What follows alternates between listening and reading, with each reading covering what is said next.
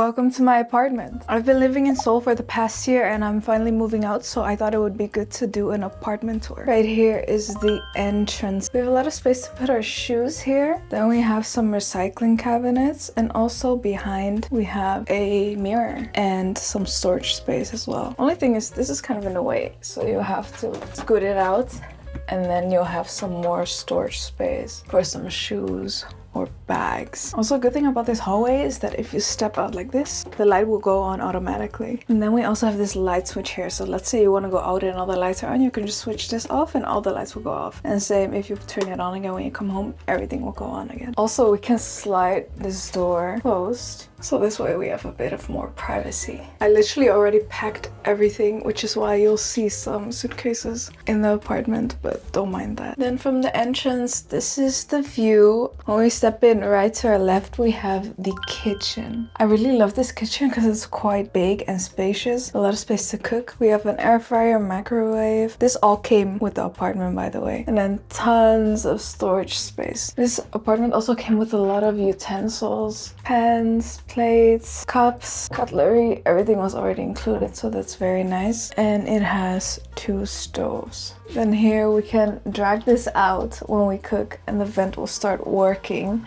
I can put it back in again. Also, here we have the washing machine and some more storage space out here. This is an office style, and actually most office styles in Korea, when you rent them, they come with all the appliances, like all the cabinets, the fridge, the closet. It's usually all built in. Most of them also come with a washing machine. So I really like that about Korea, that you don't have to buy things yourself. Basically, you can just buy a bed and maybe a table and you're good to go. And here we have the fridge. It's very spacious, which I like. Still have to get rid of all this stuff. And then we also have a freezer, which is also very spacious. Then here we have the wardrobe area. We have some cabinets to put our clothes in. Wi-Fi mirror. You can use this as a vanity space. And up here, more storage space. And then right here we have the closet. This closet is very nice because you have 2 places to hang all your stuff. I just put the vacuum cleaner and stuff there because there's not really any other place I can put this. And then on top we have some extra bedding. This place actually also came with the bedding. A lot of other places that I rented in Korea, they did not have the bedding, so I had to buy it myself. So that's also one very big pro of this place. Then across from our wardrobe area, we have the bed. It's a huge bed. I think maybe it's a king. I don't know. But it's very comfortable. It is low on the ground though, as you can see. For me personally, I really like that. I don't have any problems with it, but I know some people are used to some higher beds. By the way, in this apartment, everything came with it. Furniture, decoration, everything's already included, so I didn't have to buy anything. All of this decor is also done by the landlord, and I know it's designed by a woman because we have a full body mirror. The previous places I stayed at did not have a full body mirror. Then in this little corner we have the dining area. We have a cute little round table with 2 chairs. This apartment is small, but honestly 2 people are able to live here. It's just gonna be a bit tight, but it's doable. Then here we have the bell monitor. If somebody rings the bell, the camera will show here who it is. I think you can open the door from here. I'm not sure, I haven't tried it. Then we have boiler, so it controls the hot water. Also floor heating. Yes, we have floor heating. In winter I turn on floor heating and it is absolutely amazing. And all the light controls. This is the very bright lights. Then we have some mood lights, kitchen lights, wardrobe lights, and then lastly the bathroom lights. Speaking of which, let me show you guys the bathroom. Ta-da-da! This is the bathroom. We have a lot of storage space here.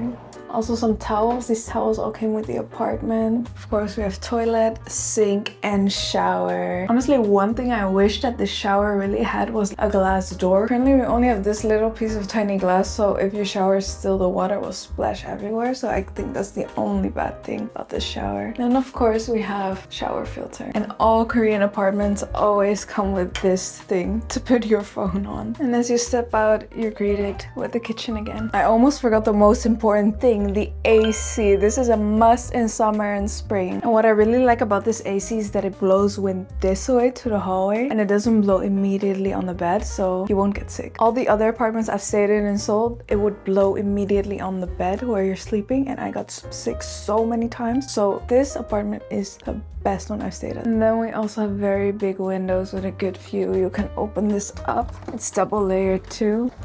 And we have fresh air, and there's actually a net here so insects can't come in, which is amazing. Another quick little overview of my cute tiny little Seoul apartment. let's pull up some stats about this place. I really like this place. This was the perfect little studio apartment for one person. Like I said, I think you can live here with 2 people, but it's gonna be a bit tight. It says here online it's 7 square meter. I think livable 7 square meter, because I remember when I booked this place, it said the whole thing was around 15, 16 square meter, but I think that's including these cabinets, kitchen, and the bathroom. So I guess livable space 7 square meter. Honestly, it doesn't feel that tiny. I do have to admit, ever since I lived here and started gathering more stuff, I could never get this place to look clean and organized because I just had too much stuff. So for a long-term accommodation, no, I don't think so, but for short-term, I think it was good. What I like about this building as well is that it has an elevator. That was really a must for me. So it has elevator, AC in-unit washing machine, and it has a decent bathroom. Those were the 4 things that I looked for, and this is that place. So the bed is a queen bed. We have heating, cooling. Every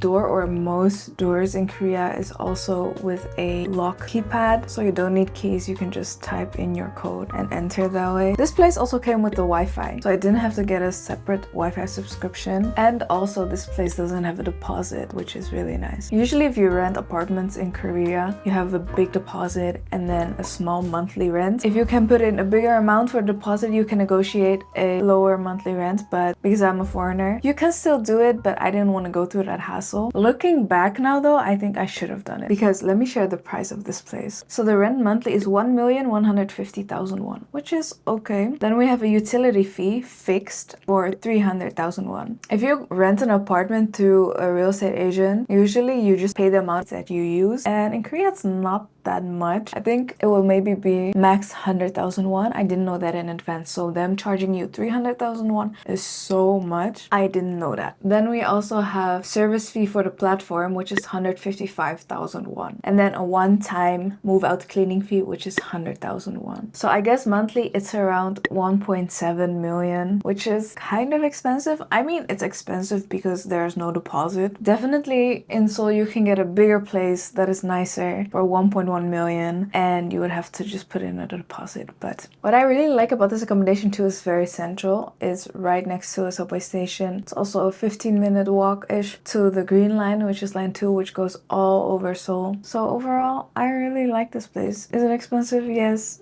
It's kind of expensive, but it's convenient. I think genuinely, as a foreigner, you're paying for this convenience. If you're an exchange student and you're only staying for a few months, I think these kinds of rental accommodations are good because you don't have the hassle of getting back the deposit in your Korean account or having to send it to them. And usually rental contracts to a landlord are also on a yearly basis. So with this one, you can just book the times that you want, like an Airbnb, and then just leave afterwards. After I came here, I noticed through word of mouth that there are a lot of English-speaking real estate agents that don't ask that much of a deposit, and you can get a 1-room for 600,000 won, more than half of this price. So either way, I really enjoyed staying here. If I came back to Korea, would I stay here again though? No. If I would stay here long term, I would have gone through a real estate agent because you can really save a lot of money. Or if I stayed short term, there are also a lot of co-living spaces where you would have your own bathroom, own room, but you would share kitchen, and it usually comes with a lot of facilities too, like gym, study spaces, workspaces. I think you have one in Mapo called Sogyo Creator Town, or you have Mangrove, which has buildings all over Seoul. You have Episode, which is a bit more luxurious, expensive. I know a lot of digital nomads stay in those places, so I think that would be nice for short term. But overall, I think I would just go through a real estate agent. But this platform definitely is more for the convenient people who want to fix their accommodation while they're abroad. I fixed this while I was abroad. I didn't have to worry about staying anywhere or coming here. But to be honest, I wouldn't be all too worried about coming to Korea and not being able to find a place because there are so many places. Another reason why I wouldn't stay here is because the neighborhood is kind of old. I think that's one of the mistakes I made coming to Korea. I already picked all the places without actually having ever been in that neighborhood. It's also not too residential because it's quite central,